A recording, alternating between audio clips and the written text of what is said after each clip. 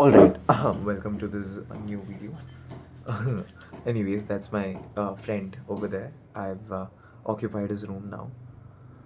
But yes, I am Ashwath. I run this channel called as Project IIT. I started this in eighth grade with the hope of getting into an IIT, and I've made it into one.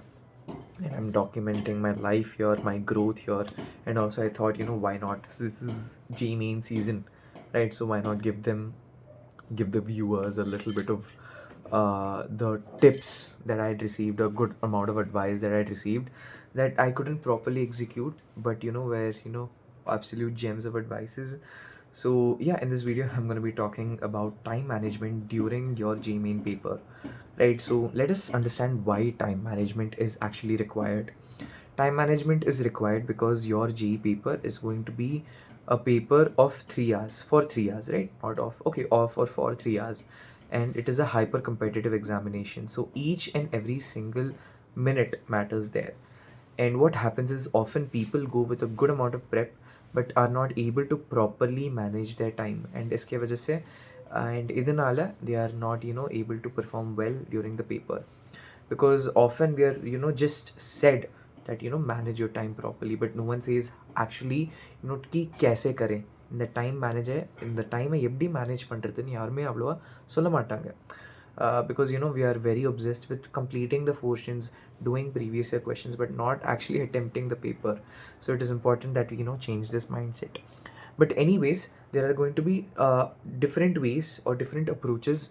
I am going to be talking about specifically certain approaches which fit the broader category of people, and you can find yourself within the same one or two or three categories, whatever that I have in mind, that I'm just going to be telling it to you all, right?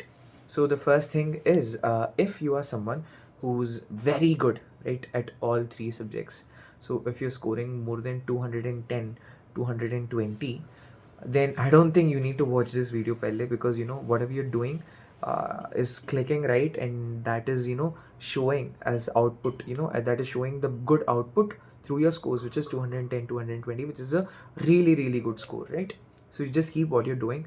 And what I would assume is, if you are someone who's watching that video, you're probably spending a good amount of time for your math, and you're dividing the time between your physics and chemistry with a larger proportion of time to physics and a smaller proportion to chemistry, right? And you're also spending around 10 minutes to check the paper to make sure that you've not mismarked any question, or you've not misunderstood any question in the wrong way, and you've done that question according to the preconceived wrong notion, right? So I think this video is over for you. Now, to the people who are decent and good enough in all three subjects, who are average enough and good enough in all three subjects. Let us say you're scoring 40 in math, you're scoring 40 in physics, and you're scoring 15 in chemistry. Right now, what you can do is you can revise and you can attempt question papers or mock papers, right? By doing this, you improve your score. By doing test analysis properly, what you do is you improve your score by a bit, and that bit adds up with each and every single mock paper that you write. So let us say you're scoring 140 now. With a good amount of mock test practice, you can reach up to 170, up to 180 in that given particular difficulty, the same difficulty of paper, of the paper, right? So what I'd suggest you to do is, this is again a disclaimer that this is just a general suggestion, general advice that I've gotten from different people who are in top IITs, top NITs, in BITS Pilani, triple ITs, etc., right? So what you're supposed to do is, you're supposed to make sure that you spend 60 to 70, minimum of 70 minutes in math, because math in JEE is very long, especially in JEE means it is extremely lengthy. Also, although it is solvable with a good amount of practice, it is going to be lengthy. That means that you need to spend a good amount of time in math, and also make sure that you have a buffer of 5 minutes to 10 minutes, 5 to 10 minutes, to make sure you have not done any calculation mistakes, because that happens a lot. So make sure you don't do that, right? And then you spend, let us say you've spent 80 minutes in math. You can go up to 90 minutes, but 90 minutes is a bit too long. 60 to 80 minutes is more than enough for math. So let us say you've spent 80 minutes, that leaves you with 100 minutes for physics and chemistry. Now, chemistry is such a subject that if the paper does not involve a lot of physical chemistry questions, right, you can easily finish the paper within 35 to 40 minutes. So you spend 40 minutes for chemistry and you spend 60 minutes for physics, because chemistry is high reward giving, right? It is highly rewarding in a lesser amount of time compared to physics and mathematics. So make sure that if you're someone who's a bit average on all three, make sure you spend a good amount of time in math and then proportionate the rest and give a larger share of the remaining time to physics and a lesser share of the remaining time to chemistry. Now, if you're someone who's really good at two subjects, there are three cases. Number one is you're good at physics and chemistry, physics and math, and then you're bad at chemistry, or you're good at physics and chemistry, and you're bad at math, or you're good at math and chemistry, and then you're bad at physics. Now, if you're really bad at math, I would suggest that ki okay, there was just my friend knocking at the door. So let us say you're really bad at math, like I was. So there are a lot of instances where people who don't really, prep for JEE getting a good score. For example, you might have heard your senior saying how there are certain cases where people who prepare for NEET outscore the people who prepare for JEE mains, because they solely focus on physics and chemistry just before the JEE main paper. So if you're someone who's lost all hope, although I would say even now that you should prepare the high weightage topics in math, because they will come in your boards as well. That will add to your preparation, that will aid your preparation, and that will also add to your preparation. But if you're someone who's scored very good, who's scoring very good in physics and chemistry, and who's not doing well in math, what I'd suggest is make sure you go and you attempt the paper, you give maximum amount of priority and time to perfecting the score in physics and chemistry. But this means that you should score at least a minimum of 70 in both papers, because if you are able to somehow guess and score around 10 in math, that brings your total to 150, and 150 in a moderate paper gives you around 97 to 98 percentile.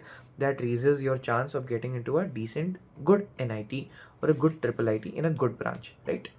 So you don't really get really good NITs or really good triple ITs, but you get a good NIT or a good triple IT and a good branch. Like you can get something like mechanical with that percentile range. You can also get really good private colleges. And if you're from Delhi, then I don't think you would need anything more than that if you've done only a decent amount of prep. So make sure that a minimum score would be 150 of your physics and chemistry and maybe math involved, right? So that now you can skip math if you're extremely perfect in physics and chemistry alone.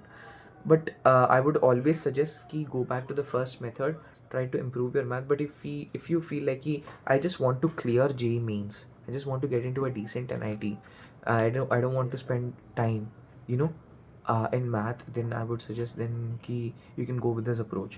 If you're someone who's good at chemistry and math and not really good at physics, try to make sure that your physics is good by focusing on the high weightage topics, because although math, if you're really good at math, then that's amazing. But math may you get 99 percentile at physics, sorry, 99 percentile in physics, what am I saying, you get 99 percentile sometimes at the score of 45 to 50. So and that takes a lot of time, and the rest, you can get around 60 to 70 in chemistry. So 70 plus 50, although you're getting 98 percentile score in chemistry and 99 in math, if your physics is not that good, if you've not done any prep, it does not add to any value. So if you're someone who's bad at physics, make sure you spend at least 40 minutes in physics and around 80 minutes in math, and then the rest 1 hour in chemistry and for checking, right?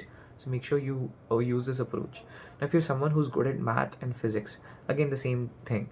You can't really outscore someone who's really good, who's decently good at all three, versus being good at only math and physics, because again, math, although highly painstaking and you highly rewarding, the reward does not add to your overall bounty, which is your overall score.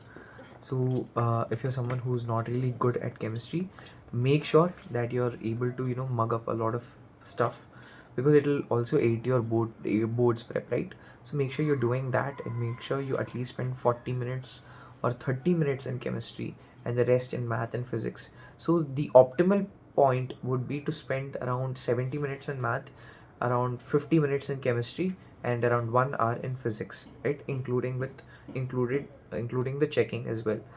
But again, I've also given the other cases where people are good at two subjects and not good at one subject, etc. And if you're only good at one subject and you're really not good at the other two subjects, make sure you're going to meter खींच दो उस particular subject में. Let us say you're really good at chemistry and you're bad at physics and math. Make sure you go up to 90 in chemistry, so that even if you get 20 and 10, you'll at least have the chance of qualifying, right? Because in a moderate paper, I think nowadays 120 is becoming the trend of qualifying at 9. Not 120, 120 is a bit of a stretch. 100 is the qualifying score. So make sure that you're really good. But if you're only good at one subject, I'll also make a video for that on how you can, improve in April, because it is very difficult to improve in January. So yeah, if you want a video for that, just drop down in the comments. So you can use the AI feature, which is the Google Gemini feature, below near the subscribe button, I guess so, to get a summary of this video. If you're not feeling like listening to me yap for 10 minutes, or if you generally don't have the time, because I understand there's a lot of prep in being involved. There's a lot of high intensity prep that is going on right now with respect to you people. So yeah, that was my take on time management. I hope this made some sense, and I hope this helped you. Thank you so much for 10,000 views on the only motivation you need for JE video. I know that I've been irregular in posting this because I just returned back to IT Jammu from Kanpur, so there was not a lot of time that was free. So, and even college has started for me now, so it's becoming a bit hectic. And also I'm trying to actively gather data from my fellow IITians, so that I can present you guys with credible information that has helped other people to also come up to the way. So yeah, I don't want to waste your time during this precious hours of JE prep, the maximum the highly intense JE prep. So yeah, I think that was it, and I'll see you guys in the next video. If you have any doubts or any video requests, drop them down in the comment section. I'm also trying to reply to all of the messages, but sometimes I'm unable to reply to all the comments. There is some error showing. I guess I'll have to look at it. So yeah, until then, this is Ashwath from Project IT signing off. I'll see you guys in the next video. Bye.